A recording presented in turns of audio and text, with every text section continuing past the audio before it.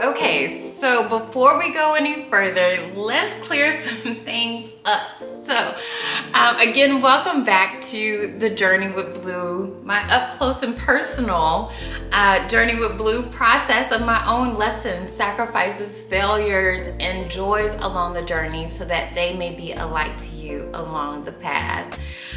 So this is always the question, what does blue do? And it's so funny, when I would wake up in the mornings when I was living at home, broke, struggling, figuring it out, my brother would pop into my room in the mornings and he would be like, Tommy, you ain't got no job. And I'm like, okay, I do have a job. It looks different than other people in the jobs that they have, but I definitely have a job and I definitely have businesses and ways that I make money. And so I want to share that journey with you really quickly. So for most of you all who've been following along these last couple of years, you know that my first entrepreneurial leap was starting my first business 2 weeks after graduating college. So I'm from Atlanta. I went to the University of Georgia, and when I was a student, I had the opportunity to go on a study abroad trip to Ghana. And I went to learn more about the textiles and culture, but I also had the opportunity to do some outreach while I was there. And I met some amazing girls who I absolutely fell in love with, and fell in love with their spirit. I fell in love with their joy. They welcomed us in this song, singing, dance as soon as we got off the bus. And I was able to hear their stories, and they shared how so many of the girls had come from the countryside to the city so that they could be able to go to school, because they had dreams, they had visions that they had for themselves and to help provide for their lives, but also for their families as well. But unlike here in America, where everything is free and we take it for granted, these girls were fighting for an education, and they had to pay for tuition, books, supplies, uniforms. And so you can only imagine when money or resources are already scarce, and on top of that you have to pay for all these other things, it just becomes that much more difficult, right? And these girls were not even allowing that to be an excuse and a reason for them to stop. And so I came back from that trip and from that moment questioning, what was my part in this?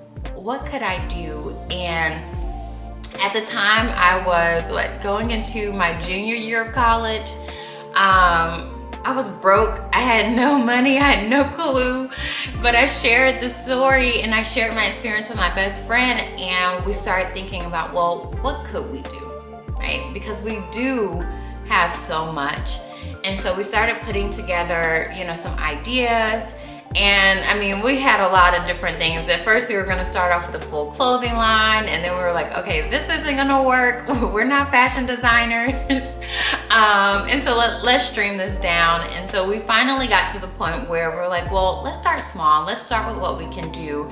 And so we started to start with scarves. And from there, we said a percentage from the scarves would help support the girls to continue their education. So we were sponsoring the tuition, books, supplies, and uniforms for the girls. And so we had been working on this for some time, a couple years. And then senior year was coming up, senior year was here, graduation was here. And I didn't go on any career fairs. I didn't go on any interviews, because this whole time I'm thinking man, I really feel like there's something to this, and I really feel like I should go for it. And it was a whole process, and I'll share that process with you all, but on a later video. But instead of getting the job or applying for a job, accepting a job, which college had prepared me for, which life tells us what we should do, that's the next step. I decided to do something, I would say, a little different, completely different. And I decided to start the business full time 2 weeks after I graduated college. And this was years ago, 10 plus years ago now, which obviously dates me. But I lived in a world where I didn't even have Instagram at the time. And so I really had no clue what I was doing. And people were like, you're starting a business. Like, how are you gonna make money? What are you gonna do? And I'm like, I have no clue. I really had no clue. But I was like, I'm gonna go for it. And, it was the scariest decision, but it was the best decision I could have made for myself. And staying true to who I was and staying true to what I truly felt like was meant for me. And despite what other people said, despite the questions that came up, I'm so glad that I took that leap. And it will be the first leap of many leaps to come. And so, like I said, I had no clue what I was doing. I was sitting in my mom's kitchen every morning, AKA Benay's headquarters, like researching, figuring it out, sending out emails, and putting the pieces together. Like, it's really not having a blueprint to success or having a blueprint to how to start this business. Like, I literally was figuring it out from scratch. And what most people saw was that we were named Mashable's Top Black on Businesses Changing the World, Southern Living Beauty Awards, featured in Essence, Black Enterprise, so many things. We did a partnership with Walmart and Pantene for their Stronger Together campaign. I did a TED Talk sharing how to break free from the plan and let your vision guide you. And I think the biggest highlight was going back to Ghana to celebrate the graduation of the girls we started a business to support, and being able to see that our hard work, our sacrifices, the time that we put into it, the money, a lot of money that we put into it, figuring things out, that it actually impacted somebody's life. And that's what made all of this so worth it. And, when I was going through my process of, will I take this leap? Will I start this business immediately after college? I asked myself a lot of questions, and a lot of deep questions. I sat in my dorm room so many nights just silent, praying and asking, what should I do? What's the best decision for me? And during that time, I realized, I said, I want to live my life based off of 3 C's. And I said, I wanted to create. Right? I love creating new things. I love creating new businesses, shows, all the things. I wanted to be able to create. I wanted to be able to contribute and impacting other people's lives and giving something to the world, giving something to other people. And I wanted to be able to be in control. Be in control of my own time, be in control of how much money I made, how much money I didn't make. And, and that was the thing that helped make my decision to take the leap. And so I started Benay, grew Benay. Again, if you've been following along, then you know that we also went through a pretty big failure and setback with Benay as well. And so we had gotten to the point where we had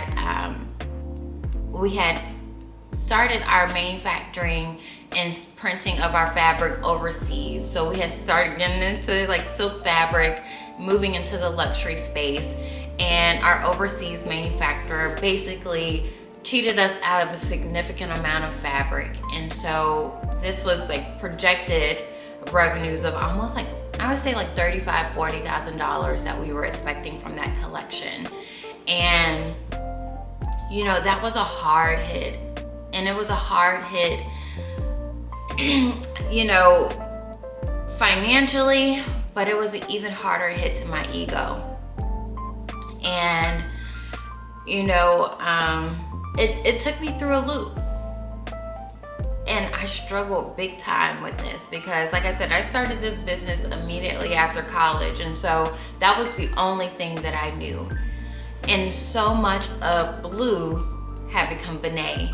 and so much of Benet was blue. And so I had to figure out who was I stand alone from anything that I ever create, right? That my identity, that my worth wasn't connected to my business or anything that I put out into the world, that me stand alone was worthy. And I got to define what that failure was, if it was gonna be my end or if it was just gonna be the beginning to what was next. And like I said, it was hard, so hard, because I didn't even feel like I could stomach another leap. Like going for something else, I literally got sick to my stomach. I was like, I can't do it. I can't go through this again. But again, with more self-reflection, more work, I did take another leap. And you know, this is where the Journey with Blue evolved, being able to create a space to share transparent stories of the lessons, the sacrifices, the failures. But it was also because I felt like I can't be the only one going through this. I can't be the only one going through receiving more no's than yeses. I can't be the only one going through the failures and the figuring it out. And so it was me selfishly needing to know, like, what are other people doing? What are other people going through? And if I'm going through it, then I know other people must be going through the same. So starting the Journey with Blue, hosting these conversations, hosting live events, coaching people and taking the leap. And also, I think what most people don't know is that I took another leap during the pandemic, and especially when life was looking different for all of us. I had made the move from New York to Atlanta, and I was struggling. Like, I didn't have any money. The ways that I was making money all had stopped.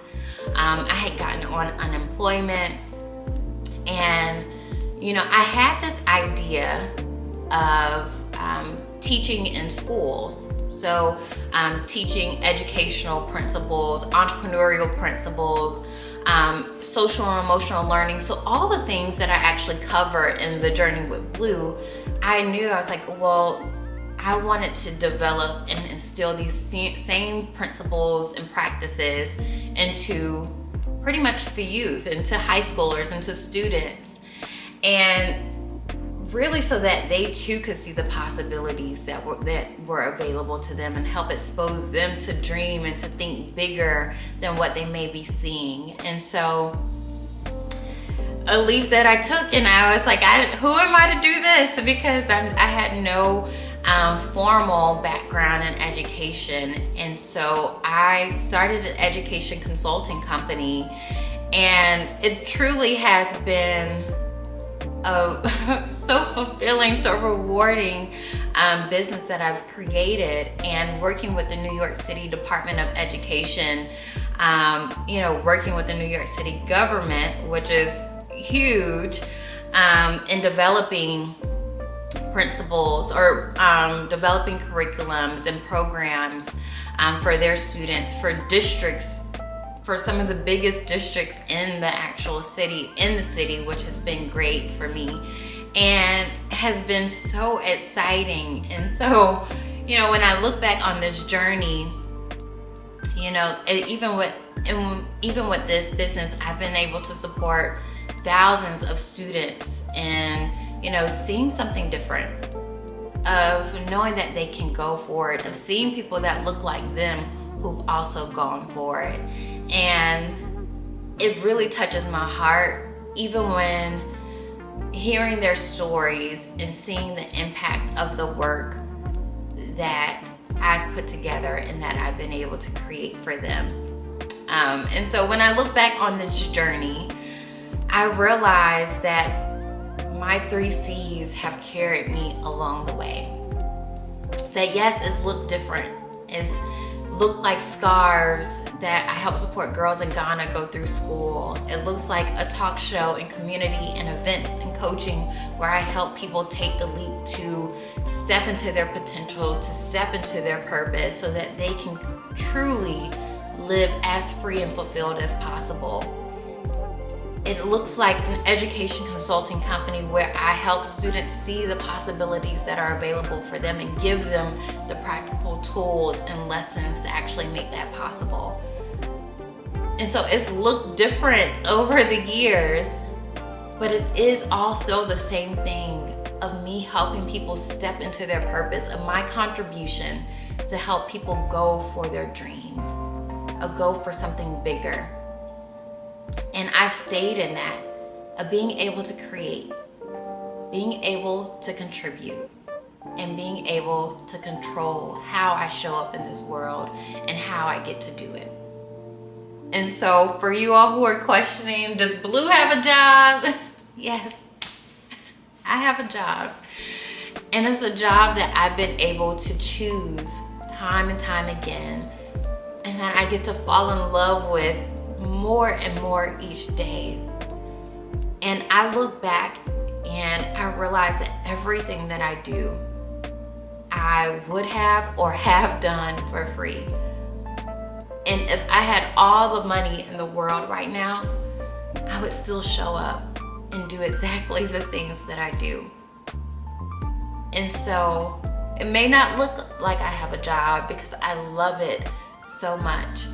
And I have fun doing it all. And the journey is constantly evolving.